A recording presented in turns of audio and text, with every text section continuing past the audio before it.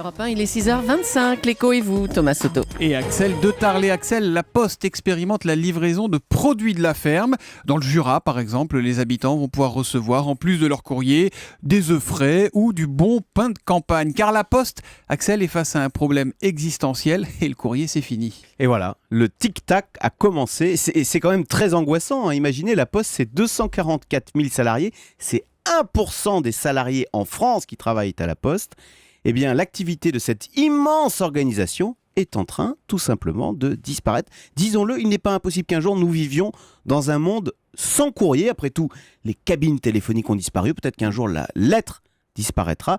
Figurez-vous qu'au Danemark, à partir de l'année prochaine, le fisc danois ne répondra plus au courrier. Si vous voulez vous adresser à lui, il faudra envoyer un email, l'enveloppe timbrée, c'est terminé. Mais ça veut dire que la tournée du facteur, c'est terminé aussi? Elle est sérieusement menacée aujourd'hui? Eh bien exactement, d'ailleurs au Canada c'est terminé, le facteur ne passe plus chez vous. C'est vous qui devez aller chercher votre courrier dans des boîtes à lettres communales situées au centre du village. C'est ça qui nous attend pour demain? Alors à la Poste, on jure que non. On jure même qu'il n'est même pas question, ne serait-ce que de réduire la voilure. Vous savez, à un moment on disait on va peut-être supprimer la tournée du samedi. Non, toutes les tournées seront maintenues, mais bien sûr, pour garder ce système, pour garder les 90 000 facteurs, il faudra distribuer autre chose que du courrier. Donc, en ce moment, on expérimente tous azimuts.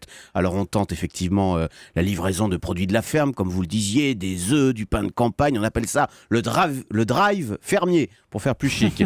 Voilà. On tente également la collecte de papier recyclé. On tente un service pour relever les compteurs de gaz et d'électricité. On tente le service pour installer votre télévision. On tente la livraison de médicaments. Il y a une autre expérimentation, et ça, le patron de la Poste y croit beaucoup. Vous savez, les gens vieillissent et ils préfèrent rester chez eux plutôt que d'aller en maison de retraite, ce qui en plus coûte moins cher. Et bien là, le facteur peut jouer un rôle clé. Il peut, lors de sa tournée quotidienne, s'assurer que tout va bien, qu'il n'y a pas de problème majeur chez la personne âgée. Voilà. En tout cas, on ne pourra pas reprocher à la Poste de ne pas essayer de faire des choses. Ouais. Mais est-ce que ça peut suffire, Axel, ce genre de mission pour garantir un avenir à la Poste? Alors, c'est tout l'enjeu, mais on peut, par exemple, là, sur ce dernier service, très bien imaginer que les enfants soient prêts à payer pour ce service si ça peut éviter de mettre leurs parents en maison de retraite. De toute façon, la Poste n'a pas le choix. Elle doit s'inventer un avenir, il faut qu'elle le dessine.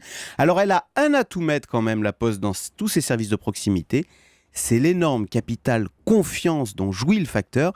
Le facteur, hein, c'est l'une des très rares personnes à qui vous ouvrez la porte sans aucun problème. Et qui est quand même la plupart du temps extrêmement sympa. Axel Voilà. de Tarlet, on vous retrouve à 7h10 dans le Zoom Echo. De quoi parlerons-nous? Alors, des impôts, puisque la baisse des impôts annoncée vendredi ici par Manuel Valls, eh bien cette baisse sera prolongée jusqu'à la fin du quinquennat en 2017. Les détails, c'est plutôt une bonne nouvelle. Les détails à 7h10, le Zoom Echo avec Axel de Tarlet. À tout à l'heure, Axel.